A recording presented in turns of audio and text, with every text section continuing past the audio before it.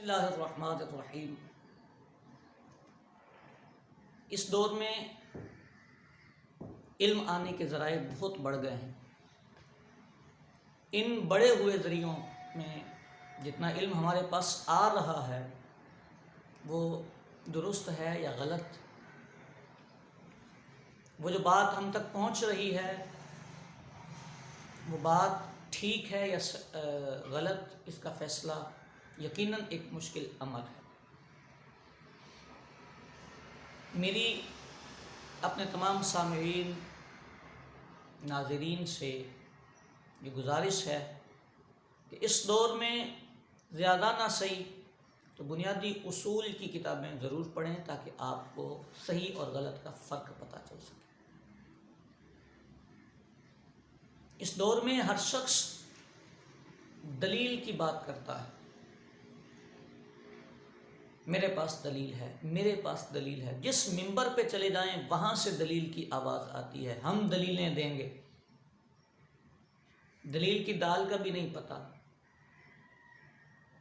دلیل کے صیغے کا بھی نہیں پتہ۔ میں اس عنوان کی طرف نہیں جانا چاہتا، سمجھانا یہ چاہتا ہوں کہ دلیل کہتے کس کو ہیں، دلیل ہوتی کیا ہے۔ ہم جس روش پر چل رہے ہیں اگر اسی پر چلتے رہے تو آنے والے دور میں لوگوں کے پاس صحیح اور غلط کا فرق نہیں رہے گا۔ ہمیں دین سیکھنا پڑے گا، دین سمجھنا پڑے گا۔ اس لیے ان باتوں پہ خصوصی توجہ دیں۔ آج امت پریشان ہے، یہ جو عوام اپنے آپ کو عوام کہتے ہیں یہ زیادہ پریشان ہیں۔ آپ بھی پریشان ہوں گے، یار کس کی بات مانیں، سارے تو قرآن پڑھتے ہیں، سارے تو حدیثیں پڑھتے ہیں۔ یہ جملہ آپ اس لیے بولتے ہیں کہ آپ کو یہ پتہ ہی نہیں کہ قرآن کی کس آیت پر عمل ہوگا اور کس آیت پر عمل نہیں کرنا۔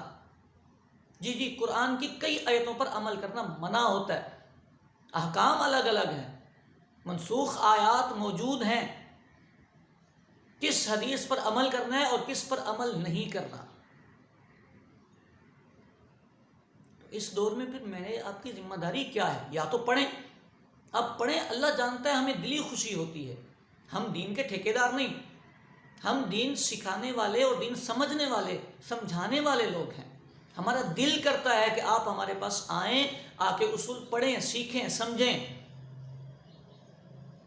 میں نے دنیا میں ایک ہی طبقہ ایسا دیکھا ہے جو سکھانے میں کنجوسی نہیں کرتا، اپنے شاگرد کو اپنے سے اونچے مقام پہ لے جانا چاہتا ہے، وہ استاد ہوتا ہے، اور ہم استاد ہیں، ہم آپ کو سکھانا چاہتے ہیں۔ سیکھیے، باقاعدہ سیکھیے، بے قاعدہ نہیں۔ اگر آپ دلیلیں پرکھنا چاہتے ہیں تو آپ کے سامنے لوگ آ کے دلیلیں دیتے ہیں۔ کوئی سیدنا عمار بن یاسر رضی اللہ تعالی عنہ کی شہادت والی روایتیں پیش کرتا ہے، کوئی سیدہ بطول زہرا کے ناراض ہونے والی روایتیں پیش کرتا ہے، کوئی جناب عمر فاروق کے دروازہ توڑنے والی روایتیں پیش کرتا ہے، کوئی نادان اٹھتا ہے تو وہ یوں روایتیں پیش کرتا ہے کہ سیدہ عائشہ اور امیر معاویہ رضی اللہ تعالی عنہما نے مولا علی سے لڑائی کی۔ آپ کیسے فیصلہ کریں گے کہ صحیح اور غلط کیا ہے؟ آپ کے پاس کون سا پیمانہ ہے؟ خود بھی سیکھیں، اور اگر آپ کے سامنے کوئی اس طرح کی روایتیں پیش کریں تو پہلے اس سے کم از کم، میں بڑی باتیں نہیں کرتا یا لمبی باتیں نہیں کرتا، کہ 5 باتیں میں نے لکھی ہیں۔ حالانکہ دلیل کو پرکھنے کے لیے، دلیل کو سیٹ کرنے کے لیے سینکڑوں اصول ہیں، پوری کتابیں موجود ہیں۔ صرف 5 باتیں جو آپ کو روایتیں بیان کریں نا، تمہاری بخاری میں لکھا ہے، تمہارے کتابوں میں لکھا ہے، ہماری کتابوں میں جو لکھا ہے اس کو پڑھنے کے لیے کسی عالم کے سامنے طالب علم بننا پڑتا ہے، زانو تلمذ بچھانے پڑتے ہیں۔ کتابیں ہماری ہوں اور سمجھ کسی کو آئیں، ایسا نہیں ہوتا۔ کتابیں سمجھنے کے لیے کتاب والوں کے پاس بیٹھنا پڑتا ہے۔ تو آپ کے سامنے اگر کوئی بندہ آ کے اس طرح کی روایتیں پیش کرے تو کم از کم اس کی اوقات اسے پوچھ لیں کہ بھائی تیری اوقات کیا ہے۔ وہ جو روایتیں پیش کر رہا ہے اس میں ان باتوں کا اس کو پتہ، کم از کم یہ 5 باتیں آپ ضرور یاد رکھیں۔ نمبر 1، قطعی اور ظنی فرق پتہ ہے؟ قطعی اور ظنی کا کیا ہوتا ہے؟ قطعی کیا ہوتا ہے، ظنی کیا ہوتا ہے؟ یہ دلیل ہوتی ہے، ایک دلیل قطعی ہوتی ہے اور ایک ظنی ہوتی ہے۔ کیسے پتہ چلے گا؟ خواب آئے گا، خیال آئے گا۔ دوسرے نمبر پر میں نے لکھا ہے دلالت اور ثبوت۔ پتہ ہے کیا ہوتا ہے؟ قرآن سارے کا سارا قطعی الثبوت ہے، لیکن سارا قطعی الدلالت نہیں ہے۔ جائیں جا کے کسی بھی عالم سے پوچھیں، کسی بھی بڑے سے پوچھیں، دنیا میں کسی سے بھی پوچھ لیں، قرآن سارا قطعی الدلالت نہیں ہے۔ آپ کے سامنے کوئی قرآن کی آیت پڑھے گا، اس سے پوچھیں کہ یہ قطعی الدلالت آیت ہے، یعنی اس کا یہ معنی جو آپ نے بیان کیا ہے خالی یہی معنی ہے قطعی الدلالت؟ نہیں بتا سکے گا۔ خرابی صرف یہاں ہے کہ لوگ وہ آیتیں پڑھ دیتے ہیں جن میں ظنیت ہوتی ہے، احتمالات ہوتے ہیں، خفا ہوتے ہیں، اشتراک ہوتے ہیں، تعویلات کی جاتی ہیں۔ وہ آیتیں پڑھ کے سمجھتے ہیں کہ ہم نے قرآن کی آیت پڑھی، اور میری سادی عوام کو وہ یوں گمراہ کرتے ہیں کہ ہم تو قرآن پڑھتے ہیں، ممبر پہ بیٹھ کے ہم سارے قرآن پڑھتے ہیں۔ جھوٹ بولتے ہیں، وہ قرآن نہیں پڑھتے۔ عربی نظم قرآن پاک کی پڑھ کے وہ جو اس سے استدلال کرتے ہیں وہ غلط کرتے ہیں، انہیں قرآن کے احکامات کا پتہ نہیں۔ قرآن میں ظنی اور قطعی دونوں احکام موجود ہیں۔ قرآن ظنی الدلالت بھی ہے، قطعی الدلالت بھی ہے۔ تو دلالت اور ثبوت یہ اچھا، حدیث میں بھی ایسا ہی ہے۔ حدیث تو ظنی الثبوت بھی ہوتی ہے، حدیثیں تو ظنی الثبوت بھی ہوتی ہیں۔ کون فیصلے کرے گا کہ کس لفظ کا کیا معنی اور کیا حیثیت ہے؟ پوائنٹ آنے چاہیے۔ 3rd نمبر پہ میں نے لکھا ہے ناسخ اور منسوخ کی پہچان۔ 500 حدیثیں رفع یدین پر ہیں، 400 اتنی حدیثیں رفع یدین پر ہیں۔ بابا ساری ہوں، ہزاروں حدیثیں ہوں، ایک حدیث بھی ناسخ آ جائے گی تو ساری منسوخ ہو جائیں گی۔ منسوخ روایات پہ عمل کرنے کی اجازت کیسے ملے گی؟ اس کے باوجود ناسخ اور منسوخ کی پہچان کیسے ہوتی ہے؟ پتہ کیسے چلتا ہے کہ یہ ناسخ ہے، یہ منسوخ ہے؟ پتہ کیسے چلتا ہے کہ کون سی حدیث پہلے والی ہے، کون سی بعد والی ہے؟ یہ فیصلے کون کرے گا؟ آپ کو میری یہ بات تو سمجھ آئی ہوگی نا، ساری زندگی نبی پاک نے رفع یدین کیا ہو بالفرض، اور آخری وقت میں نبی پاک نے منع کر دیا ہو، تو فیصلہ کریں نا۔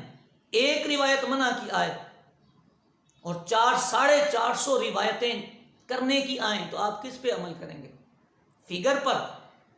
جی نہیں، رل جائیں گے، فگر پر نہیں۔ ناسخ منسوخ کا پتہ ہونا چاہیے۔ قرآن پاک میں بھی ایسا ہی ہے، ساری آیتیں محکم نہیں ہیں، قرآن میں بھی آیتیں منسوخ ہیں۔ منسوخ آیتوں پر عمل کرنا ممنوع ہے۔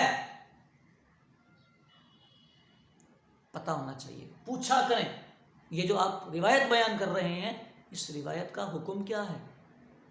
دفع تخصیص حکم، وہ جو بات نبی پاک کی کوئی بیان کر رہا ہے اس میں کسی کی تخصیص تو نہیں ہے۔ یہ جو نبی پاک نے حکم بیان فرمایا سب کے لیے تھا یا کسی ایک کے لیے تھا؟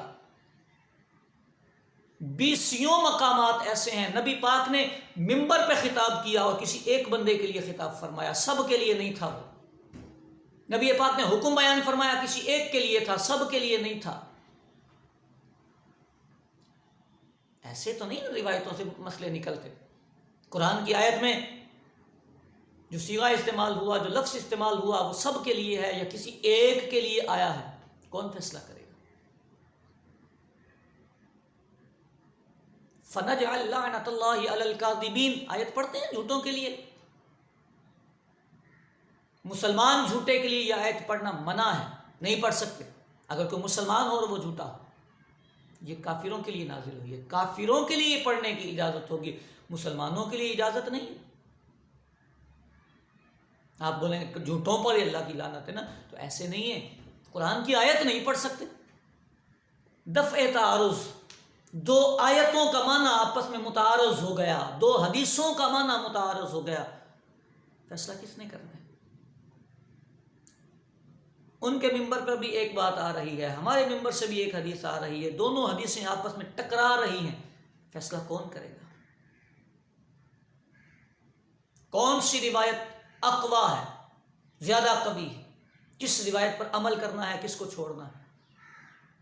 یہ میں نے قرآن اور حدیث سے متعلق بات کی ہے۔ ابھی اگر میں کہانیوں اور واقعات کی بات کروں گا نا تو وہ واقعات کی تو حیثیت ہی ختم ہو جاتی ہے۔ بابا تاریخ کی کتابوں پر اعتبار ہی نہیں ہے ہمارے ہاں۔ آپ تاریخ لے کے بیٹھے رہتے ہیں اور تاریخ کے حوالوں پر آپ اپنے عقیدے بیچ ڈالتے ہیں، غلطی ہے۔ تاریخ پر اعتبار نہیں ہے جی۔ تفسیر کی کتابوں کے متعلق علماء نے لکھا ہے کہ اس میں رطب و یابس سب جمع کر دیا گیا ہے، یہ معمولی جملہ نہیں ہے۔ یعنی تفسیر کی بھی وہ کتابیں سامنے آئیں گی تو جملے پرکھے جائیں گے کہ اس پر عمل کروانا ہے کہ نہیں کروانا، یہ جملہ کسی حیثیت میں آتا ہے کہ نہیں آتا۔ بڑے بڑے علماء کی کتابوں میں جملے مل جاتے ہیں جو متروک ہوتے ہیں، بلکہ بسا اوقات مردود ہوتے ہیں۔ یہ معمولی بات نہیں، میں آپ کو بتا رہا، ایسے نہیں حوالے دیے جاتے آپ کی کتاب میں یہ لکھا ہے، ایسے کیسے لکھا ہے؟ تمہیں کیا پتا کتاب میں جو لکھا ہے اس کی حیثیت کیا ہے، اس جملے کا ہمارے ہاں معیار کیا ہے؟ اللہ جانتا ہے۔ تفسیر کی کتابوں میں کتنے اقوال ہم رد کر دیتے ہیں، ترک کرنا تو دور کی بات کہ جی ہم اس پہ عمل نہیں کریں گے، ہم رد کرتے ہیں کہ اس کا اعتبار ہی نہیں ہے، اور بڑے بڑے نامور ہمارے علماء کی کتابوں میں وہ موجود ہیں۔ ہم علماء پہ تان نہیں کرتے لیکن وہ اقوال قبول نہیں کرتے ہیں۔ تو میرے سادے دوستو، آپ چونکہ سادے لوگ ہیں، سبق کے طور پر اس پوائنٹ کو اپنے ذہن میں رکھیں، اور خود بھی جب آپ استدلال کرنے کی کوشش کر رہے ہوں تو نہ کریں جب تک آپ پڑھیں نہ۔ آپ اعتبار کریں اپنے علماء پر، سنی صحیح العقیدہ علماء پر اعتبار کریں۔ اس اعتبار میں آپ کی عاقبت محفوظ ہو جائے گی۔ اپنے مسلک حق پر پکے رہیں، اور اگر کوئی بد مذہب آئے دلیلیں دینے لگے تو اس کو کان سے پکڑ کے بٹھا لیں، اس سے پوچھیں ہمیں یہ سبق سمجھا کے جا، اور ہم دعوے سے یہ کہہ سکتے ہیں نہیں آتی یہ باتیں، اسی لیے بد مذہبیت پھیلتی ہے۔ اللہ کرے کہ یہ باتیں سب کو سمجھ میں آ جائیں۔